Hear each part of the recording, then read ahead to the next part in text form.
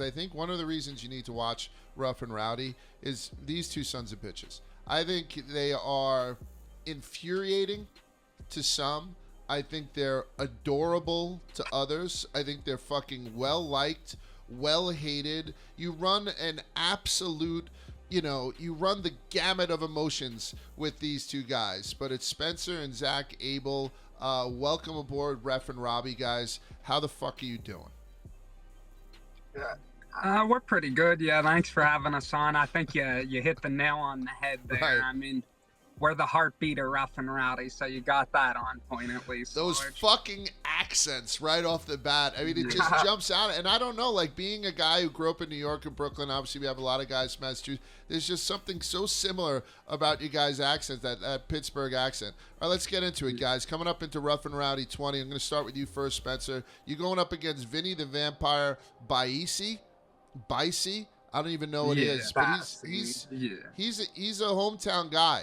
He's from Charleston, West Virginia. He's 1-3 elsewhere. This is his Rough and Rowdy debut. How's the training go? How do you feel going into this thing, my man? It's pretty good. That kid's record's not actually 1-3. He's 7-5. He just won 2 of Jerry Thomas's Tough Man tournaments. But so I went up. I took on the toughest kid up in Providence. So I coming back down here, taking on Jerry's alleged toughest guy in West Virginia. So we'll see what he's about. But let's not discount that. I don't want to discount that. You don't fight. We could set you up against Lemons. Perhaps. I could be a can crusher. It's just they never offer me cans. So it's like you're earning your pay. But when you're real tough guys, you just show up. Who the first name that comes across, it's accept. And like fans want to see us. Exactly. Yeah. Like no one likes a can crusher, dude. That's why people love us, because we show up each time and boxing has the real issue with like big names avoiding each other. Yeah. So we try being the remedy. Jesus Christ, I love the fucking accent. The guy said he's in prison multiple times. He's a former drug addict. Any of this factor into the way that you're and when I read stuff like that, prison, makes him tough. Drug addict, maybe I should lay off. Is there anything that you're doing as an approach to this fight that's different from other fights that you've had in the past? No. But I used to be a CO with the Pennsylvania State Supermax, so prison to me is nothing, dude. I was running death row at 24, so to me, that's just another dude running around the block. You were a screw at a Supermax in Pennsylvania? Yeah, for like a year and a half. Yeah, I was down there. SCI Green, I'll shout it out. And you worked at death row? Yeah. Death Row's down there at the time. Now it got shipped over to Philly. But back in 2018, when I was there, it was there. I gotta add that to the fucking resume. I mean, you should just interview us. Large, did you know we have a mixtape in that we rap? There's so much to our character you're yet to even find. Dude, you think we're interesting? You guys haven't even scratched the surface. Tip of the iceberg. You kids are learning now. I'll give you credit. The Rough and Rowdy show is nice. Yeah, so that's what we're trying to do. That's what we're trying to do. We're trying to go a little bit behind the surface. I'm not sure I have absolutely any interest in ever listening to your mixtape. That's not a dig. Just might not be in my wheelhouse. That's all that I'm saying. Do you like gangster rap? Or if you're not into gangster rap, it won't be your cup of tea. But if you like hard rap music, if you're into like 50 Cent, Biggie, that type of stuff, you'll love the Abel Brothers. It's called Clinton's Finest Mixtape on the Abel Net. Really? For the listeners, if they're interested, check it. Look it up. We got about. It'll give you something to run to. If you want to hit the heavy bag with some hard shit, throw that on. It's from back in the day. Large. Wait, how old is that tape? How old is that tape? It's like 3 years old. Maybe a little more. It was made back in like 2017, so like 5 years or whatever. 6. Go ahead. What were you about to say? But it's good though. So I'm also so Zach Abel is taking on Jameer the Rapper Walker. Jameer had one of the more interesting quasi knockouts. He put the guy out. Knockdown. It was a knockdown, correct. It was a knockdown where the guy had gotten up off the canvas, and now he's going in against the Assassin King, Zach Abel. Zach, you did have a tough outing last time.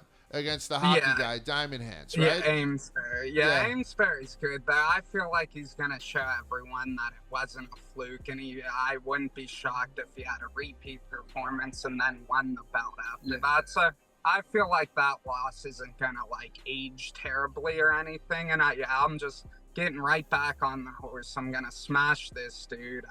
Like, I like him. He trains with the ninja, but there's no friends when you get inside the ropes, so I'm going to be coming for his head.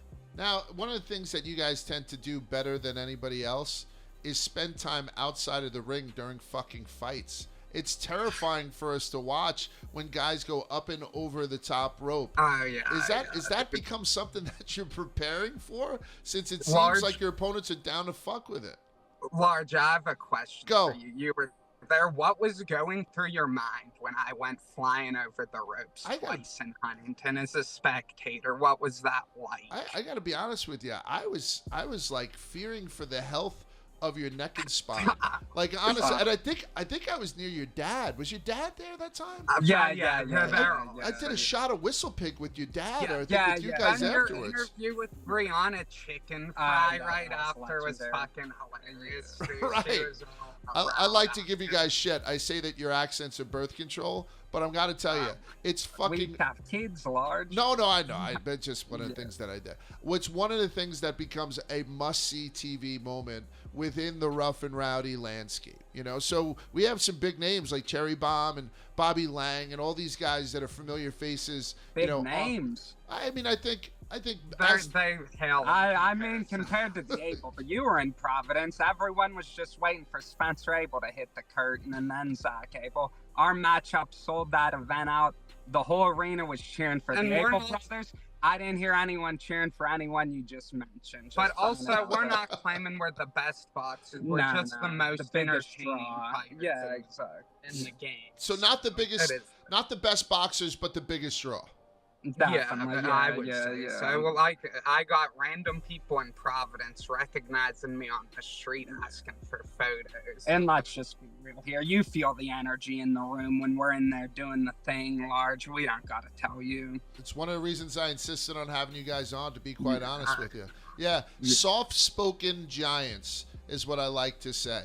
Because you guys rarely start to get fucking crazy, but when you do, it's a sight to behold. All right, so I mean, we got Zach and we got Spencer Abel, twin brothers, correct? Which one's older? Yeah, we're twins. Yeah, Zach's 5 minutes older for the kids at home wondering. And so they have one of the hottest mixtapes ever that dropped sometime around 2017. They're still rocking the podcast, right? Every now and then. It's geared more towards, instead of like politics and life advice, we're now geared it more towards like covering the West Virginia amateur boxing scene, which honestly Netflix is missing the boat. They need to make it like with Rough N Rowdy, Chase Hill, and Jerry Thomas's, all the shit they're doing. Like there's do an episode about us, do an episode about Brittany Vaughn, do an episode about the Ninja, one about Trapzilla. I'm telling you, this thing would be hot if someone could get that together. And like you build the docu-series, you do like little see how people are going about it, and you end it with the event, and that would just push people. I'm starting to get comfortable in this interview, boys. Is there anything different that you're going to do that's going to really wow the people? You say you're the biggest draw, but you can't do the same shit over and over again. We know that people tend to do new stuff. Let me say that. We know, first off, our fights are all different if you watch them all, but this camp's been unlike most. We've been hard sparring. We got 2 Russians. We're going to debut them next Rough N Rowdy. They'll be fighting along with us. Okay. But they've been getting us ready. Khalil's been getting us ready. We're at a real boxing gym. I'm telling you. You've not seen nothing yet. It's sparring with the Wolfpack competition. These are like the competition team. These are real USA amateur boxers, not like the rough and tough West Virginia. These are like real people who actually use these. Just wait till these dudes come with us to the next event. Let me ask you something. It's gonna be a takeover. You guys have any siblings? Yeah, we have an older and a younger brother. Okay, so there's 4 Abel brothers? Our older brother's a doctor. Our little brother, he's a financial advisor. Just moved out to Nebraska, unfortunately. That's why we need to get an event out in Denver or something. Do a Rocky Mountain Rumble. Rocky Mountain Rumble. Let me ask you guys, I don't know if it's the last question, but it's one that I have to ask. And this is the obvious mouth breather question. Whenever you see brothers, and this has been since the beginning of time, start with the Kelsey Brothers in the Super Bowl, who's the better fighter? Who's the better? Because well, I mean, Zach has the better record, but I think I've been putting We don't care about records. We don't care about records.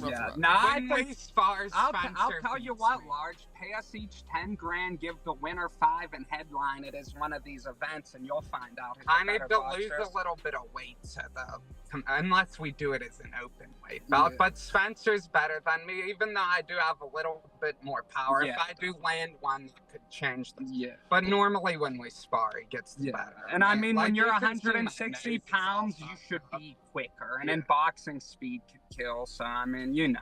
Yeah, no, I know a little bit about boxing, but you're saying that we can close the gap here. That if we can close the gap here, get your ass down and get your ass up. We're definitely open to fight each other. It just has to be from me. And the money's got to be good. And it got to be down the line. The money's got to be good. We got a bunch of dudes we still need to beat up before we end it. Ideally, that would be our last fight is versus each other is in a main event. For a boatload of cash. But we still got a lot of these dudes we got to whoop Large. There's a lot of online gangsters out there that need checked, Large, and we're just here trying to keep them all in place. You get a lot of guys chirping. You get a lot of guys. And that I literally, do you remember that trailer park kid who's fought with Rough N Rowdy before? That kid called me out. I accepted, and he backed out, took less money to go fight in some B league just to get away from me, dude.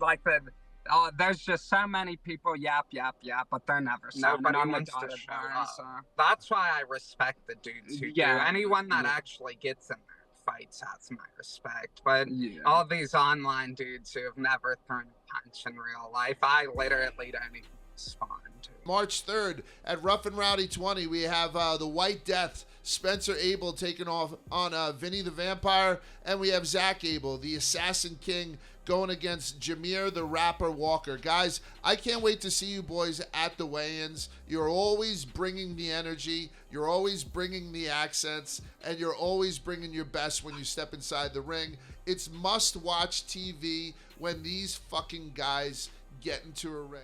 Robbie Fox here, Rough N Rowdy commentator and ringside correspondent. If you're new to the channel, make sure you subscribe, new videos every week, and go to watchrnr.com for the latest info on our upcoming events and how to find out how you could be the next fighter in the Rough N Rowdy ring.